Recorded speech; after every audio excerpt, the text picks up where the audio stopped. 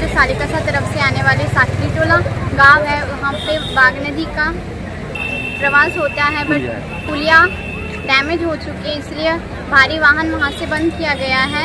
हमारी पढ़ाई में बहुत दिक्कत जा रही है, क्योंकि हमें रास्ते में वाहन नहीं मिल रहा है, पैसे देकर आना पड़ रहा है या फिर लिफ्ट मांग के आना पड़ता है। इसलिए सरकार से हमारी विनती है कि एमपी की तरफ से वो हमारे लिए वाहन की सुविधा कराए, इससे हमारी पढ़ाई में बहुत मदद होगी।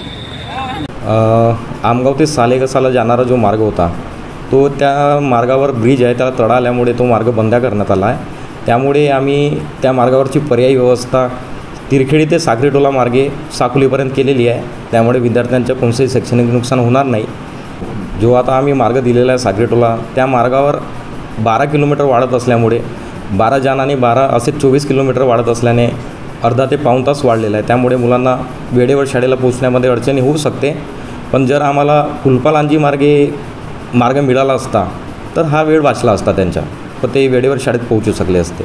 हां, वाघ नदीवरील पूल हा मागील 2-3 वर्षापासून नादुरुस्त आहे आणि त्यामुळे जड वाहन गेल्यानंतर तो थोडा हालत होता।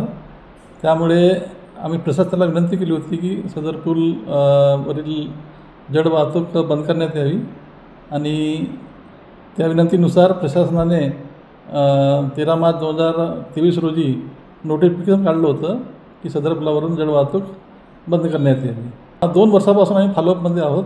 आमदार साहेबांनी सुद्धा विधानसभेमध्ये यावर्षी सदर पुलाच्या मंजुरीविषयी प्रश्न उपस्थित केला होता, पण निधी अभावी म्हणा किंवा अजून काही कारणास्तव जो काही कारण असेल प्रशासनाचा, तर अजून मंजुरी मिळालेली नाही, पण आम्ही प्रयत्नरत आहोत आणि जसंही त्या कामाला मंजुरी मिळते तर नवीन पुलाच्या कामाची सुरुवात होईल। एबीपी माझा, उघडा डोळे बघा नीट।